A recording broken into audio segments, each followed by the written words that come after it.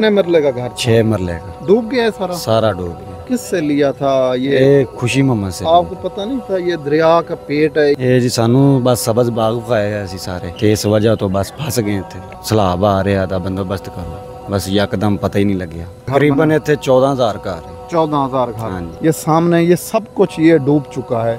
अब यहाँ पे कुछ लोग जो हैं अपने जानवरों को लेके कहीं महफूज मकाम पर बैठे हुए हैं। तकरीबन लोगों को पुलिस और दूसरे महकमों ने रेस्क्यू कर लिया है। ये वो निजी हाउसिंग स्कीम है जो दरियाए रावी का पेट था। इन्होंने एक ग्रुप की सूरत में गुंडागर्दी करके इन्होंने जो सरकारी अराज़ी थी उससे इन्होंने सेल करके निजी हाउसिंग स्कीम बनाई थी।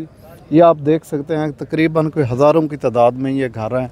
यहाँ से हम आपको बताएं कि मुल्तान रोड 2 किलोमीटर दूर है और दरियाए रावी जो है वो 6 किलोमीटर दूर है। ये सारा जो इलाका है ये डूब गया है। यहाँ पे जितने भी थे गरीब गुरबा लोग थे उन्होंने मकान लिए हुए थे। यहाँ पे स्कीम की एक पॉलिसी थी कि पहले मकान बनाए बाद में आप किस्तें देना, तो लोगों ने धड़ाधड़ घर बनाना शुरू कर दिए। ये आप देख सकते हैं कल से यहाँ पे जो बंद टूटा था दरियाए रावी का, सैलाब आ चुका है। यहाँ पे हर तकरीबन घर के बराबर पानी है। तकरीबन आप ये देख सकते हैं कि 10 फुट के करीब ये पानी है। मेरा कैमरा मैन दिखाए ये सामने ये सब कुछ ये डूब चुका है। अब यहाँ पे कुछ लोग जो हैं अपने जानवरों को लेके कहीं महफूज मकाम पर बैठे हुए हैं। तकरीबन लोगों को पुलिस और दूसरे महकमों ने रेस्क्यू कर लिया है।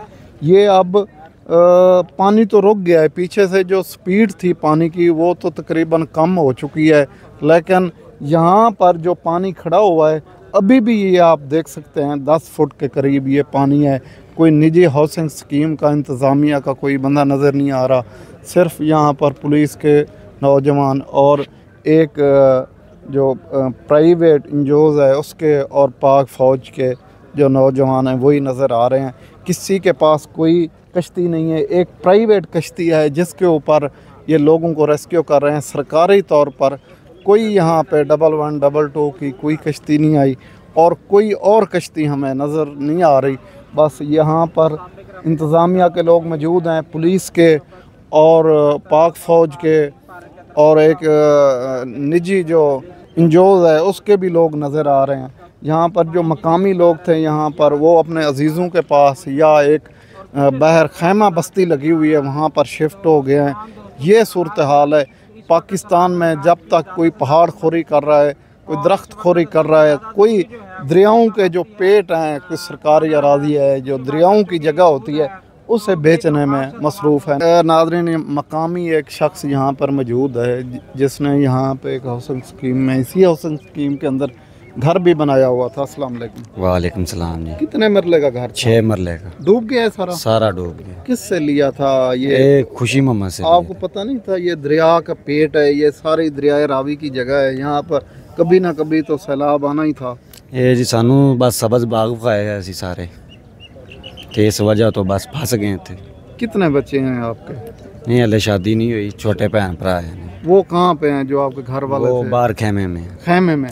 जो आपका घर कीमती सामान था वो कहाँ पे रह गया है? वो अंदर ही रह गया।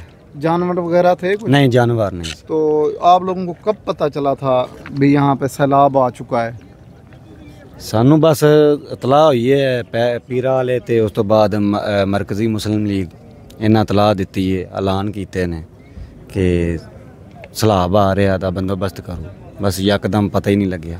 कितने बजे आपने पानी देखा था जब दाखिल? तकरीबन 6 बजे सुबह 6 बजे। हाँ जी। पीछे से प्रेशर से पानी आ रहा था? पहले आस्ता आस्ता अंदर है, एक बार फिर प्रेशर बने। कितने लोग यहाँ पे रहते थे? कितने लोगों के घर? तकरीबन इतने 14,000 घर है। 14,000 घर? हाँ जी। यहाँ पे 14,000 घर सारा ये दरिया पेट के सारा ही डूब गया? सारा ही डूब। लोगों ने यहाँ पे जानवर भी रखे हुए थे? जानवर बहुत सारे डूब गए। वो कहाँ पे गए हैं? वो दरिया बुर्द हो गए। वो दरिया ले गया है, साथ ही ले गया। तो लोगों ने रेस्क्यू भी कर लिए थे? हाँ कुछ जानवर रेस्क्यू किए हैं। लोग कहाँ पे चले गए? 14,000 घर थे। कुछ बाहर चले गए हैं, कुछ पिछले अपने इलाकों को चले गए, अपने अजीज़ अकारब के पास चले गए। ये नाज़रीन ये हमारे साथ भाई मौजूद हैं, इन्होंने भी यहाँ पे इस हाउसिंग स्कीम के अंदर घर लिया हुआ था।